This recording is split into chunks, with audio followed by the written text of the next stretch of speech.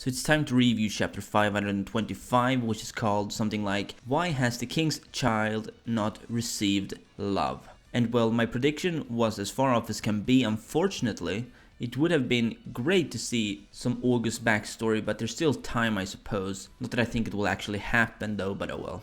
So it begins with a lovely cover page of the very first chapter of Fairy Tail, except redrawn. Absolutely fantastic nostalgia move by Hiro. And Gildarts and August continue to throw down as expected. Gildarts actually seem very pissed. And who could blame him? August did just say he was gonna harm Kana, so you can see how Gildarts is going all mad dog on August for the very first time ever. He tells August that if he touches Kana, he'll show August hell worse than death itself. So who knows, we might see some crazy Gildarts action soon. And what I mean by that is basically that he may not be going all out quite yet. I mean, it wouldn't surprise me. He's the ace of Fairy Tail after all. And so they keep rambling on about child and parents, kinda the way August did in the previous chapter when he asked if he loved Kana and whatnot. Upon being told that it's obvious for a parent and child to show love for one another, August questions them if that's the case, then why hasn't the Majesty's child received any love from Zeref? That child of course being LARCADE. Then shit explodes and Kana tries to get near them, but Gildarts try to get her to stay away and fails of course, as he says that he can't let go of his daughter that he loves. We then get to see more of our long lost Spriggan, LARCADE himself, as he's crawling on the ground towards the guild hall where Zeref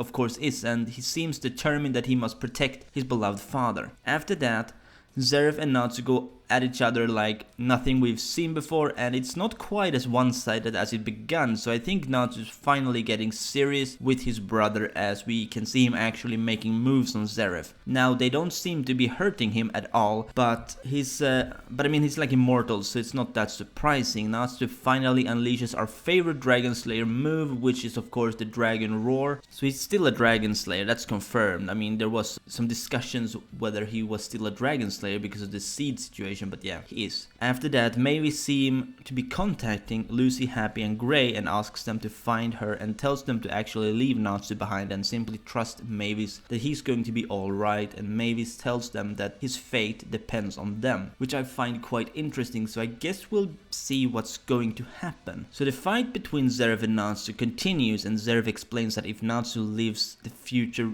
of humanity cannot continue, and I'm very curious as what that means. I'm going to assume he has some kind of plan to use E.N.D against Acnologia. I mean, it would be the only way I could see Natsu's fate being linked to the continuation of humanity, since Acnologia is getting really active now. We then see Zeref getting really fired up as he looks crazy as shit, and after that Natsu is getting really sleepy all of a sudden, and that is when we find out that LARCADE has actually made it to the guild hall in the hopes of protecting his father. LARCADE then refers to Zeref as dad, of course, and Natsu reacts immediately at that. Natsu then tries to stay awake by punching himself, and LARCADE becomes equally nuts as he tells his dad to kill Natsu while he has the chance, and oh shit, is Zeref looking mad as hell at that. After that anger of Zeref, it cuts to what is some kind of flashback of Hades or Precht, and by the looks of things, there's something about Fairy Heart that concerns him, as it shows the moment he realized that there was still life within Mavis's body, and he debates with himself whether to kill Mavis or not. Well, I assume he's referring to Mavis, as he does say it and not her,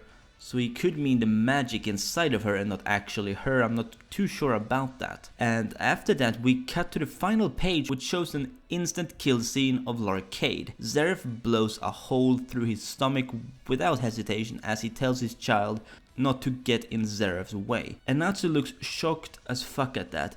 And I can already tell you that Natsu is going to get even madder at Zeref after seeing what kind of person he truly is. Capable of murdering his own offspring simply because he's ruining the fun of the fight with Natsu. The last panel is just another repeat of August asking why LARCADE hasn't received any love from Zeref, and of course the next chapter will be called My Name Is. So let's talk about this chapter then.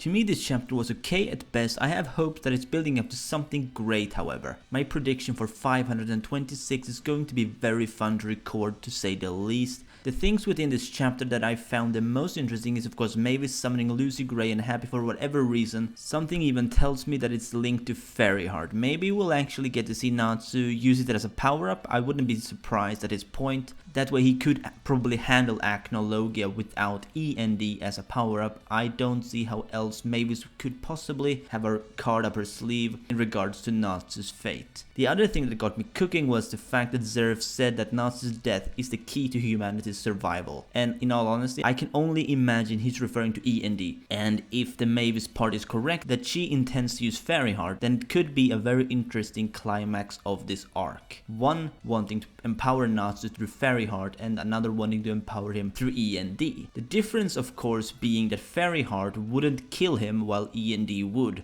Well, assuming I'm right, that is. I also hope the August and Gildard's fight comes to an end soon. I mean, it feels like they're just dragging it out at this point, and I don't see Gildard's winning.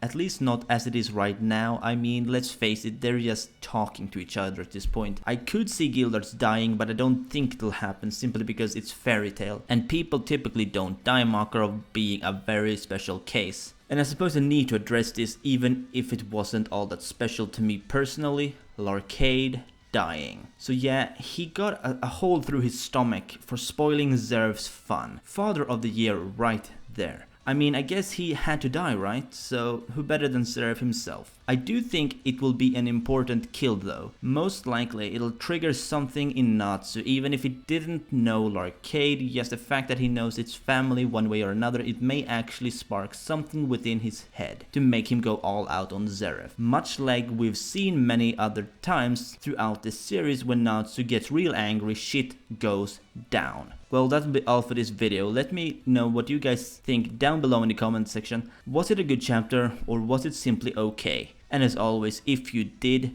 please like this video if you enjoyed and subscribe if you're new to my channel. See ya soon.